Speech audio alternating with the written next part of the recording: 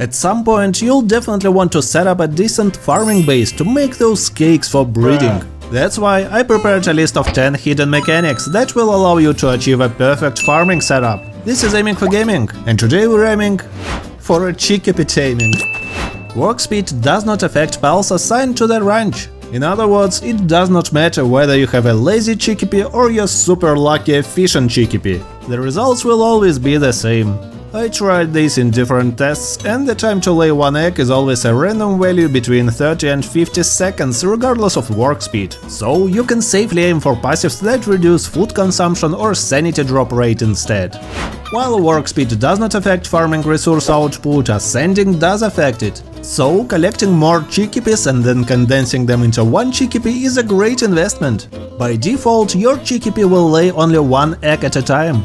But with each star, it will have a chance to lay one more egg, capped at 5 eggs for the max ascension level. Additional eggs happen to be laid randomly as well, but this is a huge improvement anyway. I've heard a rumor that farming pals stop working while they're outside the ranch. Well, here's my pal, it's outside with no doubt, and here's an egg, we're good. The ranch can hold only 4 pals. If you put the 5th pal inside and even close the entrance, one of the existing pals will teleport away. So plan out your ranch setup according to your pal's head count. Not all farming pals are the same. For example, a lambo will yield 1 wool at a time. However, Cremis and Melpaca will always yield 2 wools at a time. And if you ascend them to the max level, they will yield up to 6 wool instead of 5. By the way, if you're enjoying the video so far, landing your precious like would be my best reward. Being away from a farming base is more efficient than staying inside. I suppose this happens because while you're not there, the materials are produced by the script compared to somewhat laggy AI of pals you can see.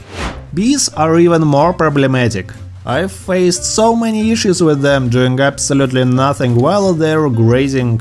So if you want a steady supply of honey, let them do it somewhere in the background and just visit them to collect it.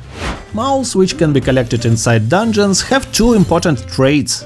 Firstly, they produce gold, 10 at a time. It ain't much, but it's honest work. Secondly, they work at night, so you will get your gold all day long. Consider this a passive gold farm method.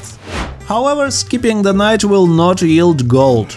I think that this is unfair, so either go catch some night pals or collect effigies to maximize the profit from mouse. Finally, if you're aiming for cakes, consider buying some resources instead of farming. For example, you can assign 1 astegon to an ore node mining. It will work at night, and it also can destroy 1 node in 3 minutes and a half. In other words, it's 80 ore per 7 minutes. Now go smelt them into ingots. Your German-type ignis will do it in a matter of seconds with his burning gas. Now craft 80 nails. Your Anubis will also do it in a matter of seconds. Go visit any merchant and sell 80 nails for a decent amount of gold. This is enough to buy 136 eggs and 119 milk, which is enough to bake 17 cakes. All other resources are much faster to obtain anyway, and you need to put only bees at your ranch, saving you a lot of space for pals. Sounds like a plan. Bonus tip for those who watch up to this point. If you're struggling with cake baking, think of placing an electric kitchen and flame cauldron, then assigning any kindling for pal to cooking. Even with no work speed passives, my pal cooks 1 cake in 30 seconds, and that's amazing. I hope with this guide you have achieved what you were aiming for today. For more guides, simply visit my channel and consider subscribing. It's that easy. Thank you all for watching, and see you next time.